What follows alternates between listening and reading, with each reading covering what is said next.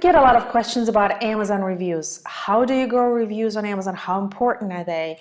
How do we, get more of them? That's probably the most common question. And that's understandable because reviews, customers' reviews, do play into your sales growth. They do play into customers' decisions. However, there is a lot of myths out there about Amazon reviews. Amazon, crowing down on a number of kind of a black hat strategies, striking. There's been periods of Amazon taking tens of thousands of fake reviews. There's even sometimes complicated funnels created just to gather as many reviews as possible in the launch phase. So there is almost, I would say there's like a little black market out there on how can you sneak as many reviews as possible. And while reviews are absolutely important, in this video I'm going to talk through some myths and truths because I want to misspell those myths and get records straight on what truly matters for Amazon reviews, so you as a decision maker, as a small business owner, as an entrepreneur looking to grow on Amazon can make right decisions about reviews.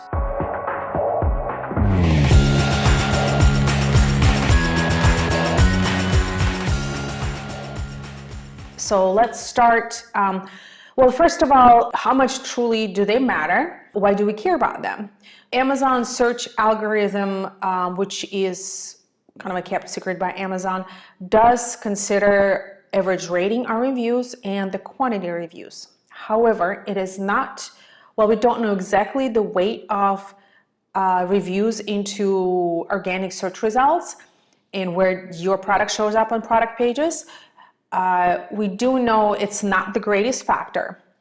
Okay, so it's not reviews, rating, average star rating, and the number of views, again, is not the biggest factor in you coming up in search results, how you come up in search results. Having said that, obviously, we do know it's been multiple studies and shows that the customers do heavily rely on other customers' reviews in order to make purchases. Hence, when customers feel trust, credibility that the product will do what they need it to do, they will purchase. And when purchase happens, Amazon likes that.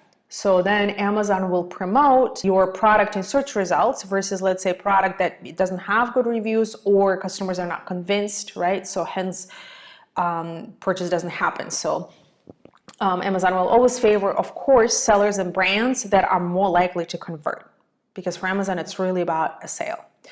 All right, so let's start with I'm going to through myths, and by dispelling those, I kind of set the actual truth, right? All right, so the first one is that here sometimes, and I'm still surprised, where brands say, well, I didn't even know I can request customer reviews. I thought I'm not allowed to request customers for reviews. That is actually not true. You're absolutely allowed to ask your Amazon customer, a customer that made a purchase on Amazon, for review. What I think is really lost in translation here is that you cannot ask for a positive review. You cannot say, hey, can you please leave us a 5-star review? And you may not incentivize them. Meaning you cannot say, hey, leave a 5-star review and we'll give you $25 Amazon gift card or whatnot, right? Or we'll give you a discount. So that is where that nuance, the difference comes in.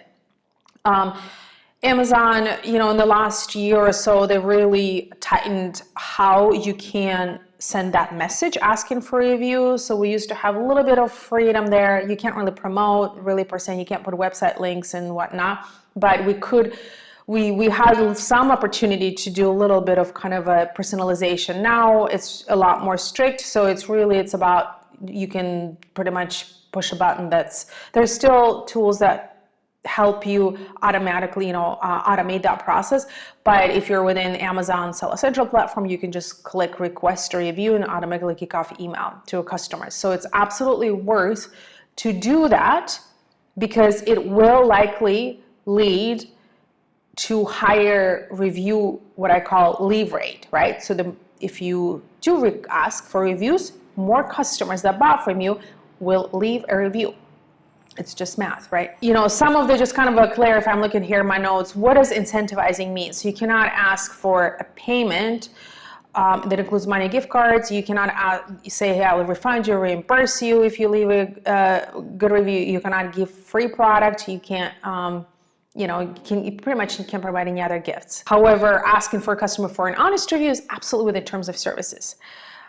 Also, because Amazon breaks its own rules, right? That's just the irony of Amazon. That Amazon does provide kind of a legal, in Amazon terms, ways to give away free product to get reviews. And that right now used to be early review program that went away. Now it's called Vine.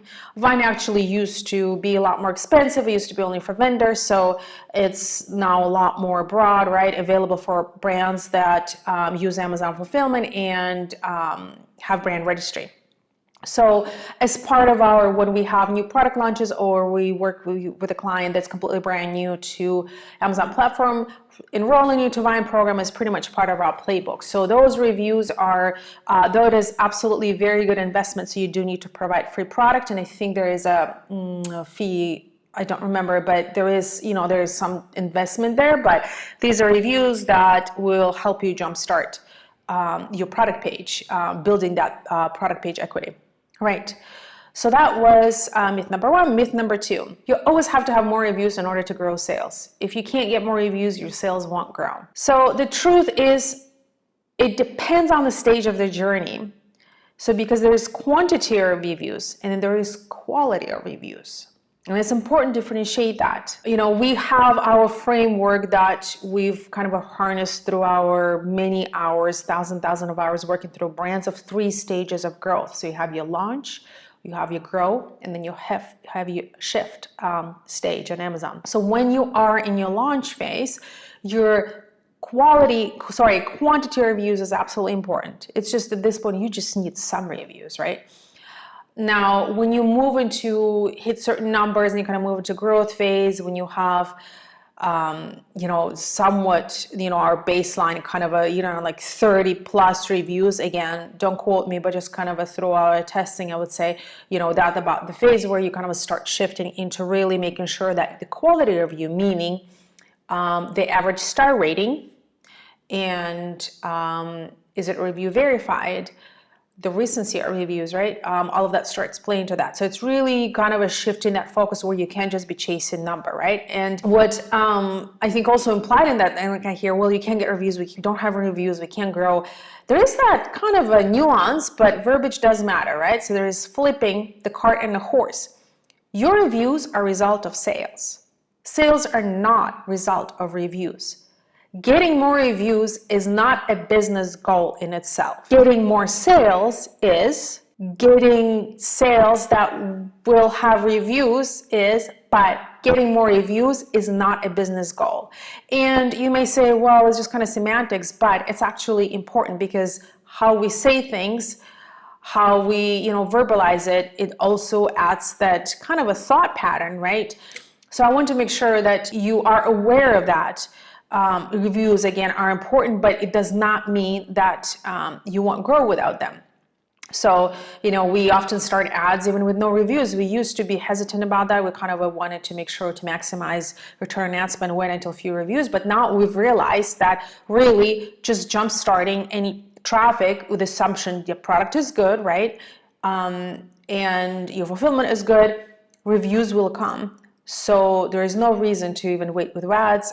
So it's really about sales as a target, right? So there's a lot of things, on that note, there's a lot, as I mentioned earlier, there's other factors that play into your search, how you come up in search results.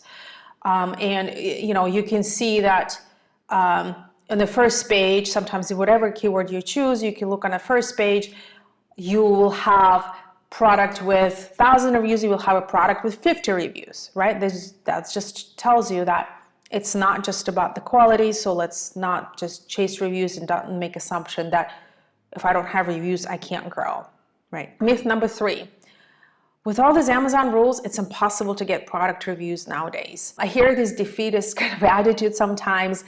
The truth is, yes, Amazon has gotten really strict. I think there's been a slew of, a lot of those that kind of started in private label space, and sometimes I think there is, the Chinese sellers market kind of that maybe don't know the rules. So there's a lot of that kind of created a lot of kind of a fake reviews that undermine, of course, trust from customers. So Amazon does all, cleanup. So it gotten strict, as I already mentioned that probably more than once through this video, but there is a number of ways to get reviews legitimately, right?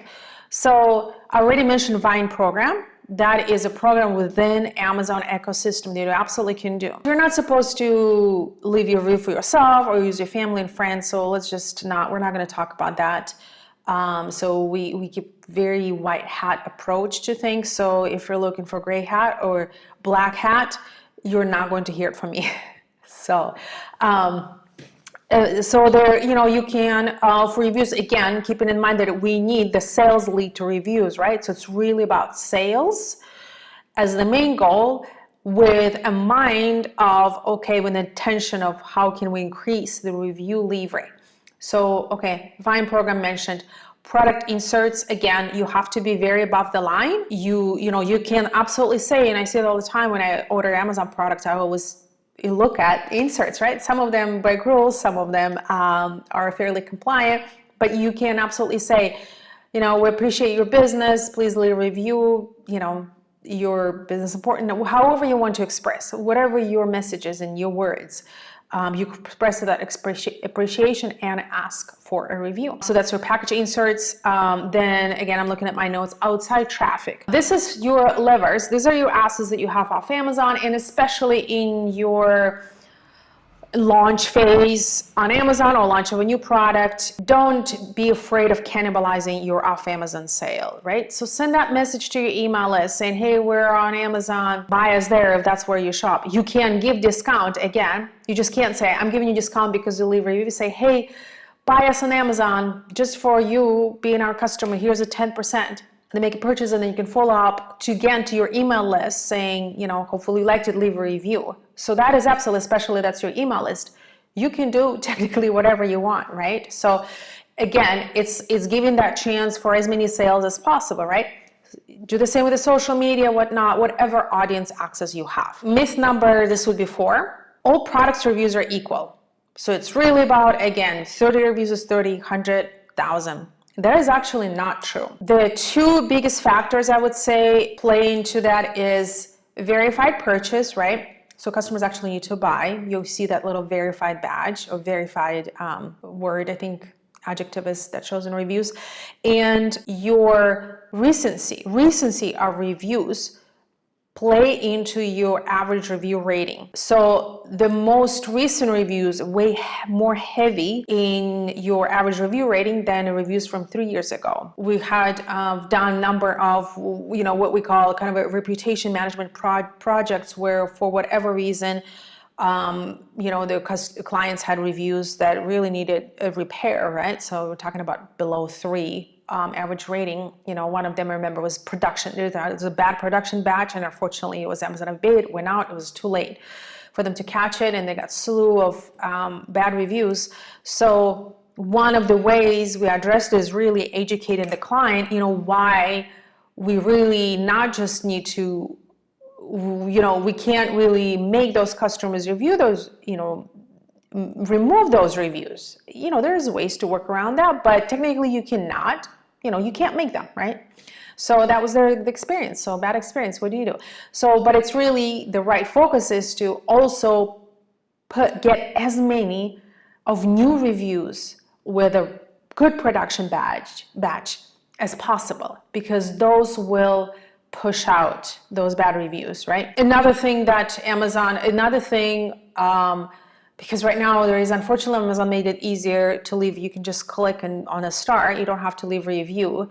Actually, reviews, not just rating, do also matter for keywords. Keywords that customers use in their reviews do play into how you come up in search results. So if many customers mentioned,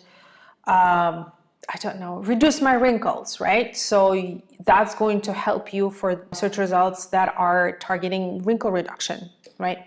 So Again, you're kind of here at the mercy of customers, the keywords they use, but it's just something that you know, because if you see certain patterns in customer reviews for the same keywords used over and over, it's a clue for you to, okay, can you leverage that in other ways of being on Amazon where keywords matter, right? So I'm talking copy, I'm talking about advertising, right, and so on. So reviews, all reviews are not equal. So that is, I don't know, 4 or 5. Let's just kind of go through them one more as a summary. The first myth is you may not ask customers for reviews. That is wrong. There's different ways to, you're absolutely fine asking for a review, you just cannot incentivize or ask for a 5-star review. Myth number 2, with all the Amazon reviews, it's just impossible to get product reviews nowadays. The truth is, there are multiple ways that I covered in this video for you to get reviews from customers in absolutely compliant way. Myth number 3, all product reviews are equal. Truth is, the history review, verified or not, what keywords they used do matter. A way into, and the date of the review do all weigh into average rating of your reviews. You always have to have more reviews in order to grow sales. If you're not getting more reviews, you can't grow sales. That's not true, because reviews are only one of the factors that play into your overall sales strategy, or they should play into your overall sales strategy. And Amazon algorithm, while considers number and quantity of reviews, it is not the most important factor in you coming up in organic traffic and paid traffic as well. So that is myths and truths about reviews. If you need help, if you haven't listened all of this, you're convinced that your reviews are what's slowing you down, or if you need help with reputation management on Amazon, then reach out to us, leave a comment below, and we'll talk soon.